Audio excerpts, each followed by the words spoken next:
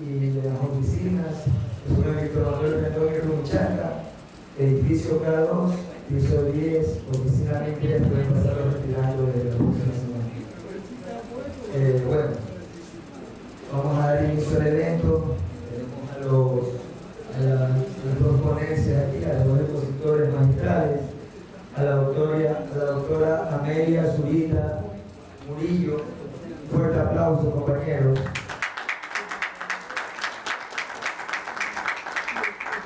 Paso a recibir el currículum de la doctora.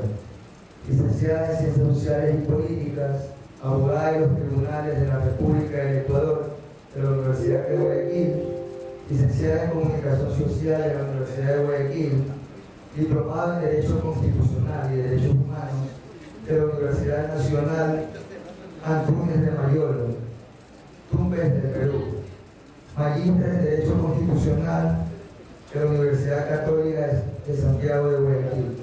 Otro fuerte aplauso, compañeros, para que la doctora pase por.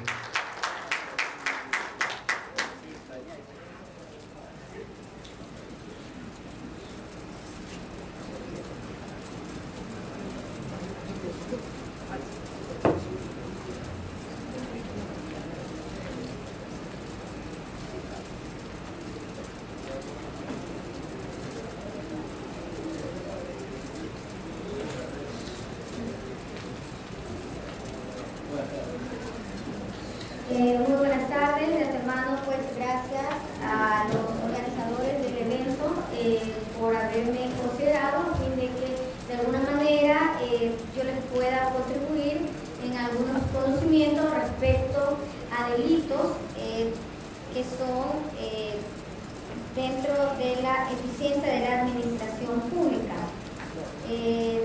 Como todos conocemos, dentro de este tipo o este capítulo de delitos contra la eficiencia de la administración pública, los delitos más conocidos son el peculado, enriquecimiento ilícito, cohecho, confusión. Sin embargo, dentro de esta misma sección de delitos, existen otros delitos que pertenecen a la eficiencia de la administración pública. Entre ellos tenemos el incumplimiento de decisiones legítimas de autoridad competente, el mismo que se encuentra determinado en el Código Orgánico Integral Penal en su artículo 282. El mismo indica que la persona que incumpla órdenes, prohibiciones específicas o legalmente debidas dirigidas a ella por una autoridad competente en el marco de sus facultades legales será sancionado con una pena privativa de libertad de 1 a 3 años. Es decir, que cuando a una persona natural, mediante una sentencia, un juez competente resuelve que debe de cumplir un mandato y no lo hace, incurriría en este tipo penal. Ejemplo, si un juez en una sentencia resuelve que tal persona debe cancelar un valor determinado y esta no lo cumple en el tiempo y en el plazo o término que dicha sentencia estipula, estaría incumpliendo la decisión legítima de ese juez que dictó dicha sentencia. ¿Cómo podemos probar los abogados, o en este caso la Fiscalía, cómo podría probar que esa persona es responsable de ese tipo penal?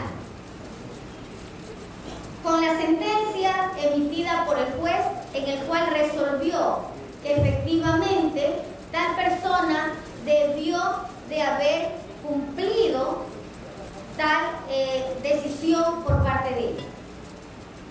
Con la certificación del banco en el cual indique de que no existe ningún pago por parte de esa persona. Con la notificación de que la persona fue legalmente notificada por parte de la autoridad, en este caso por parte del juez, en el cual se le hizo conocer de que debía de cumplir con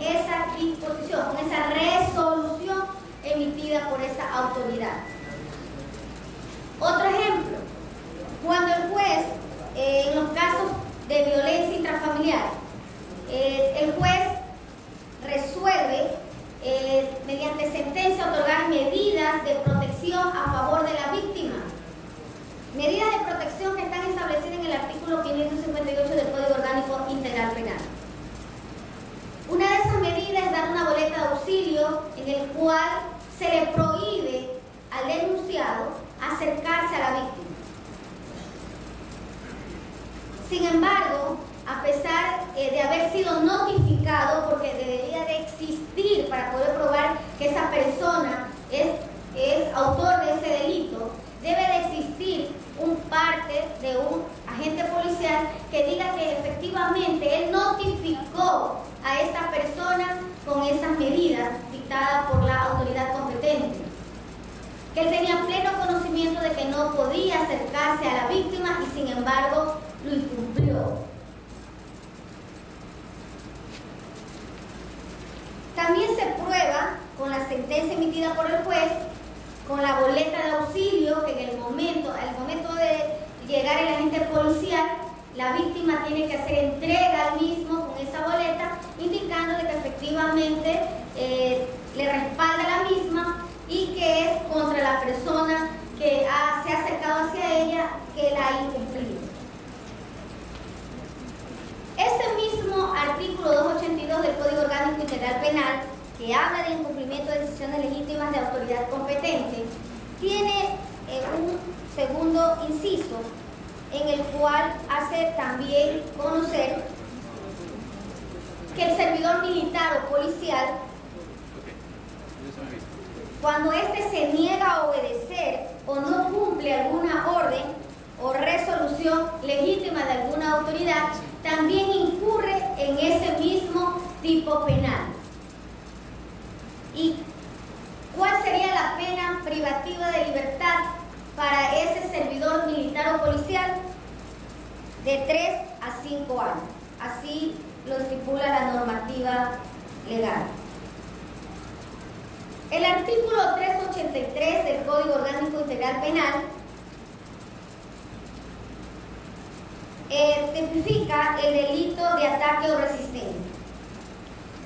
El que textualmente indica que la persona que ataque o se resista con violencia o amenaza a los empleados públicos, depositarios o agentes de la fuerza pública, a los comisionados para la recepción de los impuestos y contribuciones, a los ejecutores de los derechos y fallos judiciales, a los guardas de las aduanas y oficinas de recaudación y a los agentes de policía, cuando estos estén dando cumplimiento a una ejecución, estaríamos indicando de que esta persona sería sancionada con una pena privativa de libertad de 6 meses a 2 años.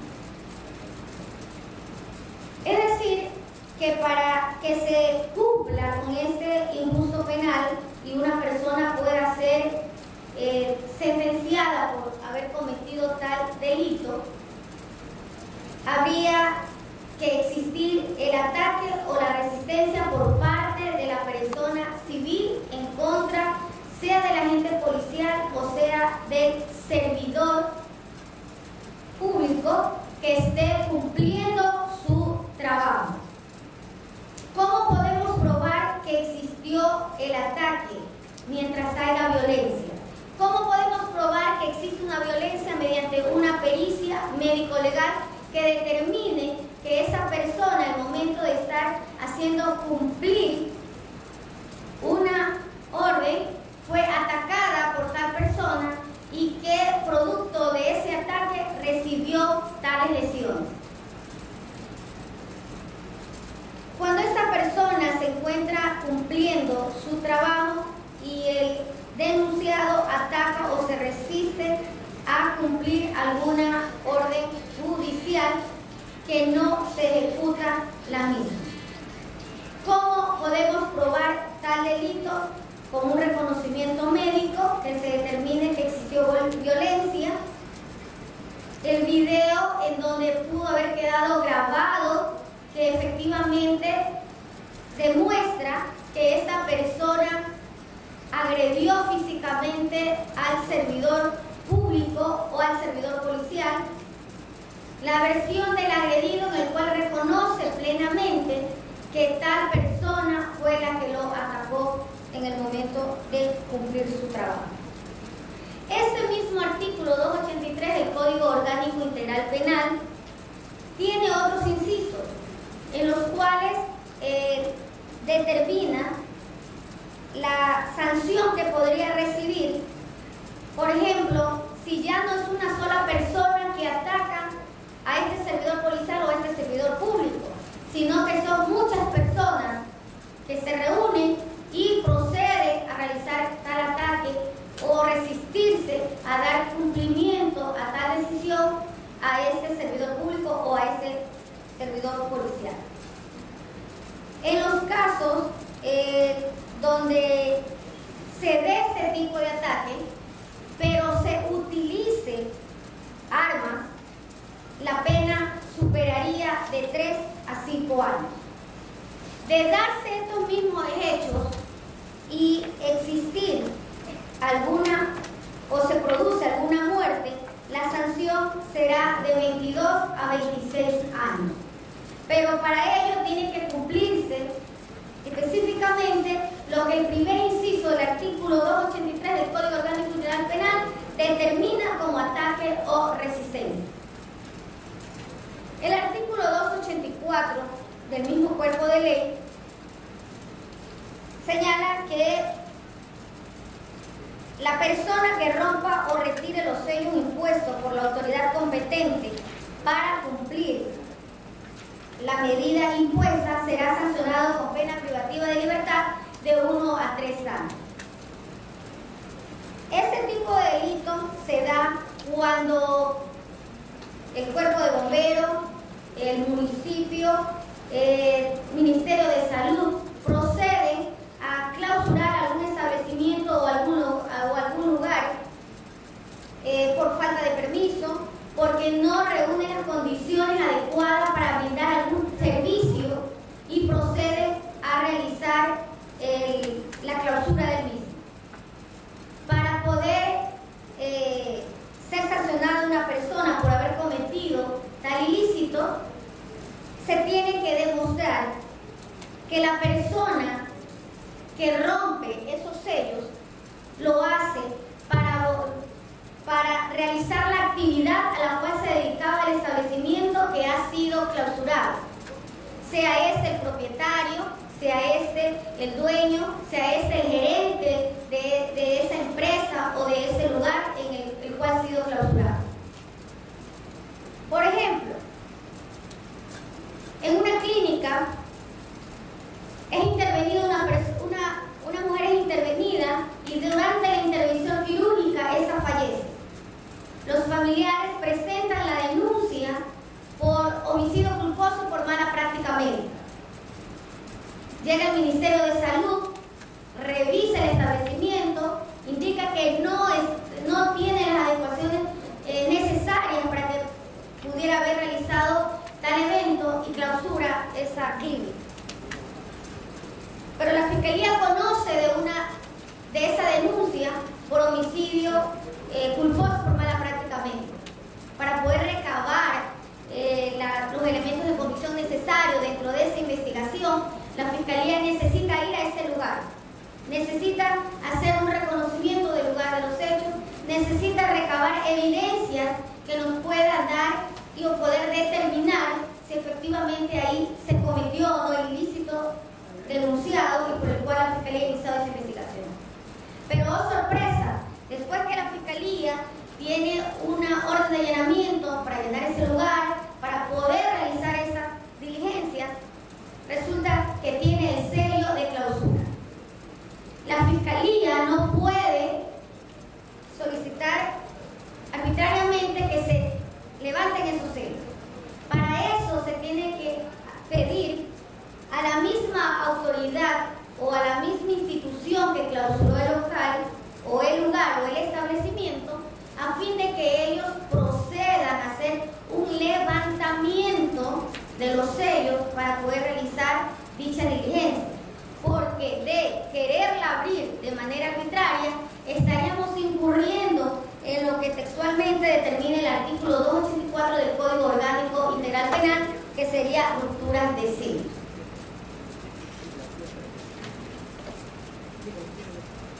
Otro de los delitos que también están inmersos y que son parte contra la eficiencia de la administración pública es el estipulado en el artículo 292 del Código Orgánico Integral Penal, que es alteración de evidencias y elementos de prueba. La persona o el servidor público que altere o destruya vestigios, evidencias, materiales u otros elementos de prueba para la investigación de una infracción será sancionado con una pena privativa de libertad de 1 a 3 años. Este artículo nos refiere específicamente que cualquier persona natural o un servidor público, pueden ser los agentes policiales, los encargados del departamento de medicina legal, en donde se encuentran evidencias, ¿verdad? Y esas evidencias que sirven de elementos de prueba para una investigación que se está realizando, desaparece, está destruida. Cuando se va, ocurre un delito X y se va al lugar del hecho y resulta ser que ya un familiar o una persona que estuvo en ese lugar ha movido las evidencias que se pudieron haber encontrado en ese lugar, se escondió el arma, se botó la ropa que tenía sangre de la persona que había cometido el hecho. Todo eso se enmarca en la alteración de las evidencias y los elementos de prueba. El artículo 293 del Código Orgánico Integral Penal señala que la o el servidor de las Fuerzas Armadas, Policía Nacional o Seguridad Penitenciaria que se extralimita en la ejecución de un acto del servicio sin observar el uso progresivo o racional de la fuerza, en los casos que deba utilizarla y que como consecuencia de ello produzca lesiones a una persona, será sancionado con pena privativa de libertad que corresponda según las lesiones que son incrementadas en 1/3 de la pena. Es decir, que para poder sentenciar a una persona o acusar o instruir a una persona por haber cometido ese tipo de delito, hay que verificar lo que estipula el artículo 152 del Código Orgánico Integral Penal, a fin de que el tiempo de lesiones que dé el reconocimiento médico practicado a esa persona determine el tiempo de incapacidad que le da el médico legista, y de acuerdo a eso, ¿qué inciso del artículo 142 correspondería en concordancia con el artículo 293 del Código Orgánico Integral Penal? Este tipo de delito, específicamente, para que se cumpla o para que una persona sea acusada por ese hecho, tiene que ser o pertenecer a las Fuerzas Armadas, a la Policía Nacional o los miembros de seguridad penitenciaria. Ejemplo de ese tipo penal, cuando los agentes policiales van a detener a alguna persona, los agreden, los lesionan, y con la pericia de reconocimiento médico se determina que efectivamente los policías fueron más allá de cumplir su deber, que era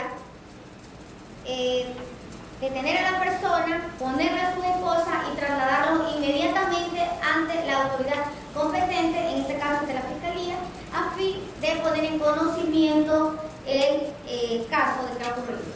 No, sin embargo, ellos no hacen lo correcto, sino que agreden a esa persona, no la presentan ante la autoridad competente inmediatamente después de haber sido aprendidos, y provocan esas agresiones en contra de ellos. De igual forma, los agentes penitenciarios, los guías penitenciarios, cuando agreden, lesionan, más allá de que sea porque un privado de la libertad no quiera cumplir alguna disposición por parte de ellos. Sin embargo, ellos se van más allá de lo que la ley le permite hacer. Esto en lo que respecta a los tipos penales que enmarcan o que se encuentran dentro de los delitos contra la eficiencia de la administración pública. Muchas gracias.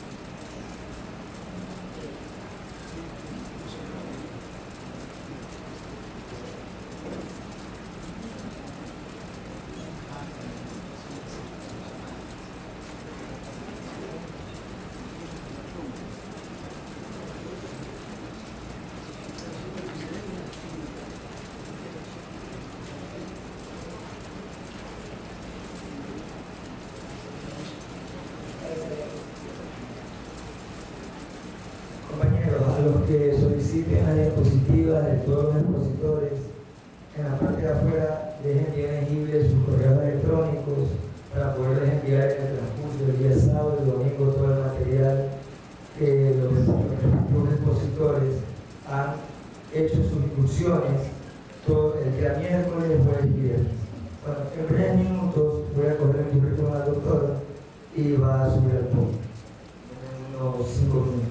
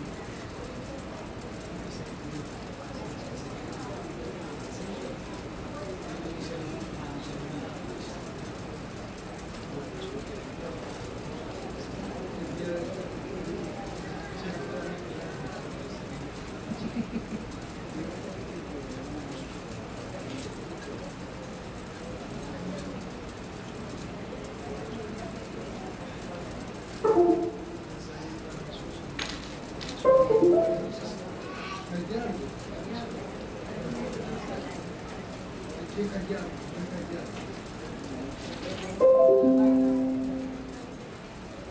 se llama? Enriquecimiento ilícito.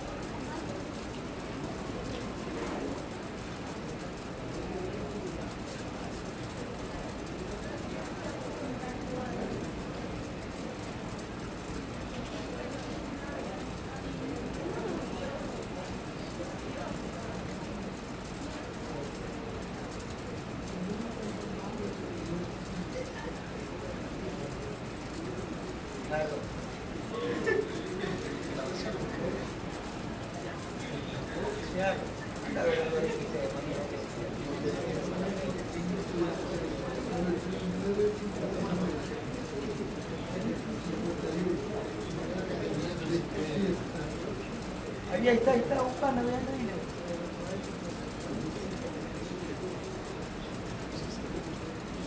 Sí, se conectó ya. 3 minutos.